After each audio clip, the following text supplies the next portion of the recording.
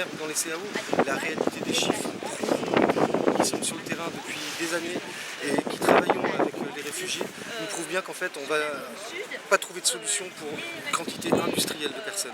Les chiffres sont parlants, on a fait un comptage, l'État n'a pas fait de comptage et l'État trouve des chiffres qui sortent on ne sait pas d'où et on essaye de dire nous simplement qu'on s'occupe des réfugiés depuis des années, on n'est pas des activistes, on est des citoyens, on est des jeunes ici, vous pouvez remarquer, c'est des jeunes qui travaillent avec nous, on est des gens qui sont révoltés par ce qui se passe. Ce qu'on veut dire aujourd'hui, c'est raser la jungle, oui, mais proposer des solutions pérennes. Sinon, vous allez casser le travail de milliers de citoyens européens qui se sont levés pour venir améliorer l'accueil des réfugiés. Et on l'a amélioré l'accueil des réfugiés. On ne veut pas que la jungle soit... On veut bien que la jungle soit détruite, mais proposer des solutions aujourd'hui, il n'y en a pas. Ça, c'est pas une amélioration. Alors ça, c'est une amélioration des conditions d'accueil, mais pour 1500 personnes. Les chiffres nous prouvent qu'ils sont des milliers sur le terrain. Sur la zone sud, les chiffres sont sortis. On a exactement 3450 personnes sur la zone sud. Donc il reste 500 places dans les conteneurs. Comment on va faire pour tous les autres? Comment on va faire pour tous les autres? Si c'est pour retourner mettre les gens dans la boue, en 6 mois, les citoyens se sont levés, ont construit des maisons pour améliorer l'accueil des réfugiés avec les moyens qu'on avait. On a fait ce qu'on a pu. On n'est pas là pour dire que ça veut. On n'est pas là pour dire qu'il faut garder la jungle. On est là pour dire mais au fond, à toutes ces personnes, à tous ces enfants qui vont être largués, on ne sait pas où, avec tout ce qui se passe dehors. On a tous entendu les chiffres incroyables au niveau des enfants qui ont disparu sur la route l'année dernière.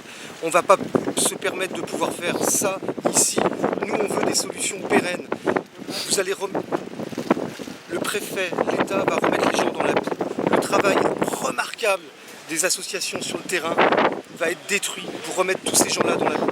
Ce qui est sûr et certain, c'est que l'Auberge des migrants, Utopia 56, toutes les associations qui luttent depuis des années sur ce sujet, elles seront là tout le temps. Et demain, si vous les mettez dans la boue, on sera encore là pour améliorer l'accueil des réfugiés. Parce que c'est inadmissible ce qui se passe ici. C'est complètement On arrive encore tous les jours, on en a vu encore qui arrivaient depuis ce matin. Donc en plus, les comptages sont jamais vraiment fixes. Qu'est-ce qui va se passer demain? Mais même pour les commerçants, j'ai rencontré hier, je ne me prononcerai pas au nom des commerçants de Calais, mais on veut tous la même chose, on veut tous que la situation s'arrête, que tout le monde retrouve une tranquillité sur Calais.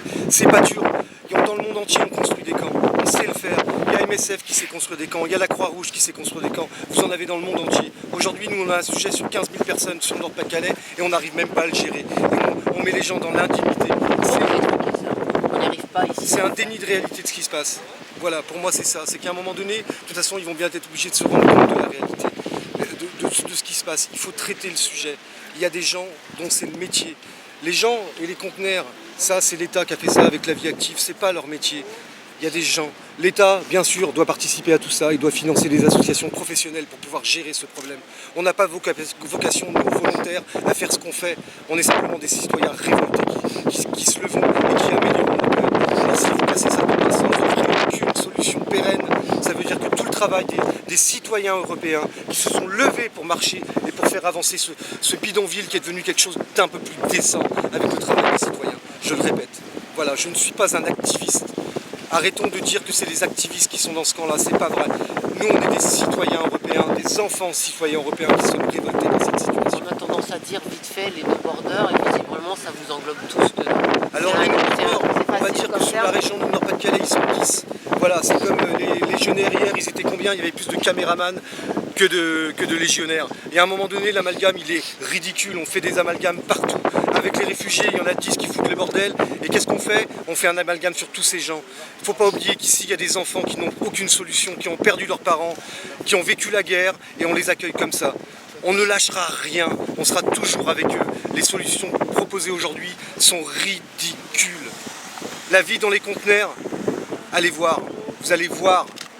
C'est sûr que les cabanes, c'est pas mieux, mais ils sont entre eux. On a créé quelque chose. Et demain, on va tout casser pour les remettre dans la boue. Merci. Sur les comptages, comment vous avez procédé pour arriver à ce chiffre de 3000 bailleurs? Écoutez, il y a une méthodologie donc, je peux vous faire parvenir si ça vous intéresse.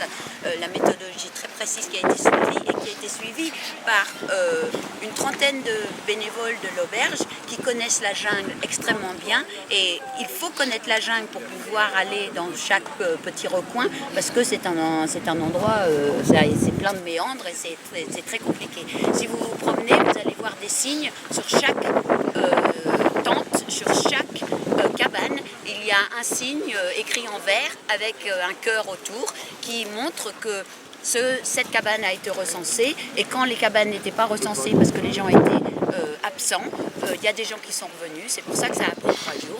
Et la méthodologie, elle est extrêmement précise. Elle a été aussi recoupée avec les chiffres d'Acted qui a utilisé une autre méthode de comptage avec la consommation d'eau et aussi avec la production de déchets.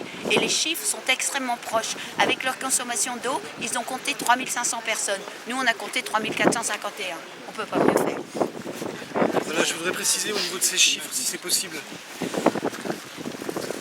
Allez-y, Il y a eu le comptage de la zone nord. Et la zone nord, c'est pareil, c'est 1937 personnes sur cette partie-là. Le comptage a été arrêté.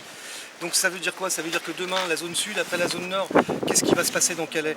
Les commerçants de Calais, ils sont inquiets aussi. Ils veulent la même chose que nous, ils veulent que ça s'arrête, ce truc-là. Donc il faut que ça s'arrête. Voilà.